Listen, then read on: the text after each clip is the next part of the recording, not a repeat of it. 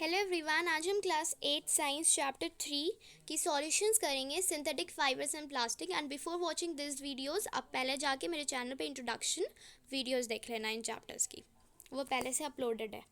Next starting from the question one. So question one is explain why some fibres are called synthetic. हमें बताना है कि Y some fibres को हम synthetic कहते हैं। तो देयर आर सम फाइबर जो कि प्रिपेयर होते हैं बाय मैन, वो उन्हें ह्यूमंस प्रिपेयर करते हैं बाय यूजिंग केमिकल्स को यूज़ करके। जो कुछ फाइबर्स है ना, वो मैन प्रिपेयर करते हैं, उन्हें हम सिंथेटिक फाइबर्स कहते हैं। So all of those fibres that are prepared by humans using chemicals are called synthetic fibres. वो स्मॉल यूनिट्स को हम जॉइन करके प्रिपेयर करते हैं, जिससे जो लॉन्ग चेन्स है प्रिपेयर होते हैं। Example of synthetic fibres are rayon, nylon, polyester, acrylic, etcetera. Now question 2 is mark the correct answer. Rayon is different from synthetic fibre because जो रेयॉन है वो डिफरेंट है सिंथेटिक फाइबर से। क्योंकि वो उसका it has a silk like appearance, और it fibers can be woven like those of natural fibers. और जो सेकंड है हमारा, इसका it is obtain from wood pulp. So हमारा बी नंबर सही होगा। क्योंकि वो वुड पल्प से, यानी कि ये कंप्लीट सिंथेटिक फाइबर नहीं है, क्योंकि इसमें नेचुरल मटेरियल यूज़ होता है, wood pulp. Question 3 is fill in the blanks with appropriate words. Synthetic fibers are also called dash or dash fibers. So synthetic fibers are also called artificial or man-made fibers. Synthetic fibers वो synthesized होते हैं from raw materials. वो raw materials से बनते हैं जिन्हें हम petrochemicals कहते हैं। अब synthetic fibers के जैसे ही plastic is also a polymer. Plastic भी एक polymer है। Give examples which indicate that nylon fibers are very strong. हाँ, हमें बताना है कि कैसे कि जो नायलॉन फाइबर्स है वो बहुत ज़्यादा स्ट्रॉन्ग है, हमें एग्जाम्पल देना है। So nylon fibers are very strong. वो यूज़ होते हैं बनाने में रोप्स, रस्सियाँ, that is use for climbing rocks को क्लाइंब करने में यूज़ होते हैं, एंड फॉर मेकिंग पैराशूट्स, और पैराशूट्स को भी बनाने में यूज़ होते हैं। देयर यूजेज शोज़ कि जो नायलॉन फाइबर्स है ना, उनका बहुत ज़्यादा हाई टेंसाइल स्ट्रेंथ होता है, वो उनका जो स्ट्रेंथ होता है बहुत ज़्यादा स्ट्रॉन्ग होता है वो। Explain why plastic containers are favoured for storing food. हमें बताना है कि जो प्लास्टिक कंटेनर्स होते हैं उन्हीं में हम फूड को क्यों स्टोर करते हैं। अब आंसर होगा जो characteristics that make plastic favourable for using food items are, क्यों, that is because of its light weight. उसका जो वेट होता है वो बहुत लाइट होता है, बहुत हल्का होता है, और उसका लोअर प्राइस, मतलब वो चीप भी होता है, गुड स्ट्रेंथ भी होता है, और ईजी टू हैंडल भी होता है, ईजी हैंडलिंग भी होता है। Explain the difference between thermoplastic and thermosetting plastic. So there two types of plastic. कौन कौन से? Thermosetting plastics and thermoplastic. This is very important to remember that there are two types of plastics, thermosetting and thermoplastic. अब यहाँ पे देखते हैं इसके क्या differences. Thermosetting plastic and thermoplastic. Thermosetting plastic cannot be bent easily. It break when forced to bend. जो thermosetting plastic है ना, वो बेंड नहीं होते, वो मुड़ते नहीं है। जब हम उन्हें फोर्स करें, मतलब बहुत ज़्यादा ताकत लगा के उन्हें बेंड करने की कोशिश करें, तो वो टूट जाते हैं। और जो थर्मोप्लास्टिक होते हैं ना, can be bend easily. Thermoplastic बहुत ही ईजली बेंड हो जाते हैं। Now thermosetting plastic can not be soften by heating. अब जो थर्मोसेटिंग प्लास्टिक होता है वो सॉफ्ट नहीं हो जाता है जब उसमें हम जब वो फायर की कांटेक्ट में आता है, जब वो हीट की कांटेक्ट में आता है, इसीलिए वो रीशेप होता है एक ही बार हीट करके। एक ही बार हम थर्मोसेटिंग प्लास्टिक को कुछ बना दिया, हमने हैंडल बना दिया किसी चीज़ का, उसके बाद वो फिर से मोल्ड नहीं हो सकता। अब है इसमें thermoplastic can be softened easily, thus it can be reshaped. अब जो थर्मोप्लास्टिक होता है ना, वो ईजिली सॉफ्ट हो सकते हैं, इसीलिए हम उन्हें फिर से रीशेप कर सकते हैं। Question 7 is explain why the following are made of thermosetting plastic. अब फर्स्ट इज सॉसपैन हैंडल्स। तो जो सॉसपैन के हैंडल्स होते हैं वो थर्मोसेटिंग प्लास्टिक से इसीलिए बनते हैं because this plastic do not gate softened on heating. वो सॉफ्ट नहीं होता हीट करने पे, क्योंकि जो सॉसपैन है उन्हें हम गैस पे या स्टोव पे किसी भी चीज़ पे रखते हैं ना, तो हीट के कांटेक्ट में आता है, अब अगर वो मतलब थर्मोप्लास्टिक से बनेगा तो वो क्या होगा, वो मेल्ट करने लगेगा, ठीक है। और थर्मोसेटिंग प्लास्टिक जैसे कि बेकेलाइट, वो पुअर कंडक्टर्स होते हैं हीट के, यानी कि वो इंसुलेटर्स होते हैं, उनमें वो गर्म भी नहीं होते हैं। जो थर्मोसेटिंग प्लास्टिक होते हैं जैसे कि बेकेलाइट, वो पुअर कंडक्टर होते हैं हीट और इलेक्ट्रिसिटी के, देयरफॉर वो यूज़ होते हैं बनाने में इलेक्ट्रिक प्लग्स। जो प्लग्स होते हैं हमारे स्विचेस होते हैं या फिर प्लग के जो बोर्ड्स होते हैं ना, वो सारे के सारे थर्मोसेटिंग प्लास्टिक से बनते हैं। थर्मोसेटिक प्लास्टिक में भी कौन सी plastic, bakelite. Question 8 is categorize the materials of the following products into can be recycled and cannot be recycled। हमें यहाँ पे कुछ materials दिए गए हैं जिनमें हमें बताना है कि जो रिसाइकिल हो सकता है और जो रिसाइकिल नहीं हो सकता है। सो cannot be recycled में आएगा टेलीफोन इंस्ट्रूमेंट्स, जो फ़ोन के जो चीज़ें होती है, कुकर की हैंडल्स और इलेक्ट्रिकल स्विचेस। और can be recycled are plastic toys, plastic chairs, carry bags, plastic covering on electric wires, ballpoint pens, plastic bowls. Question 9 is Rana wants to buy shirts for summer. Rana shirts खरीदना चाहता है summer में.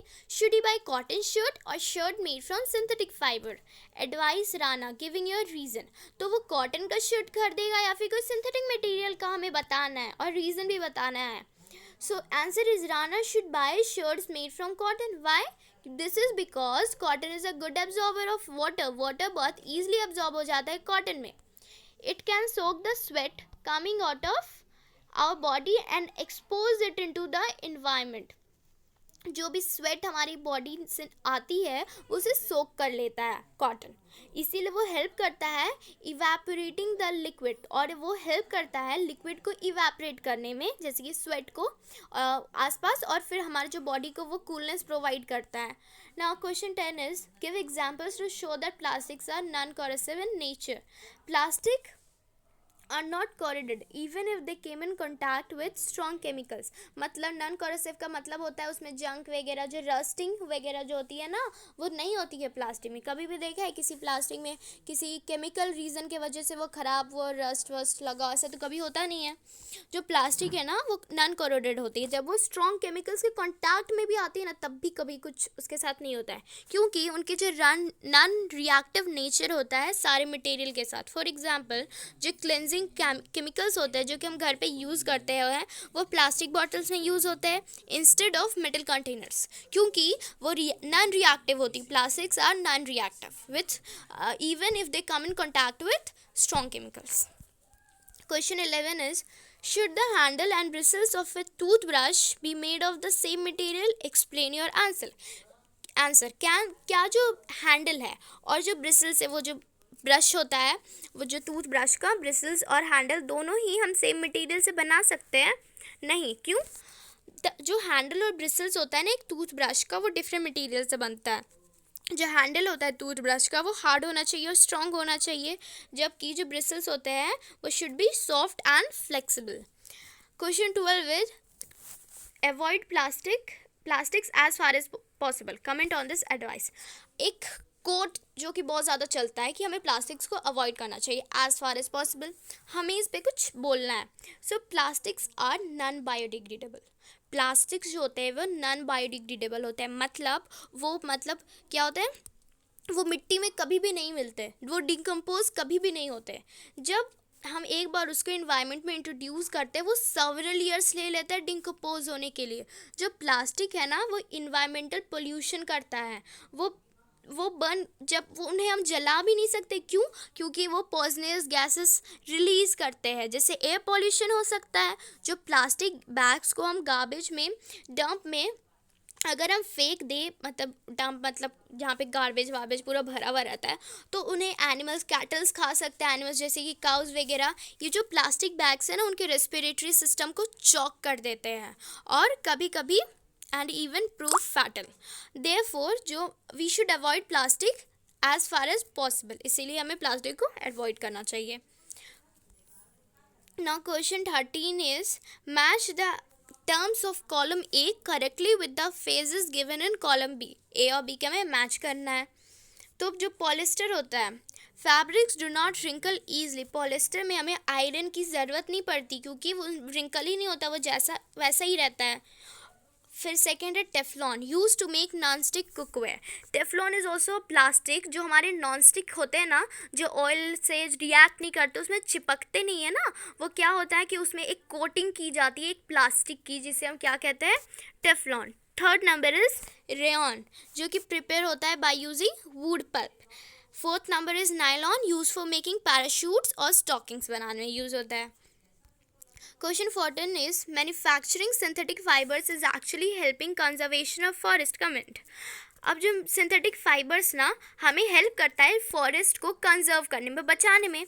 जो raw materials जो कि natural fibres के लिए use होते हैं वो डिराइव होते हैं प्लांट से, इसका मतलब हमें ट्रीज को काटना पड़ेगा।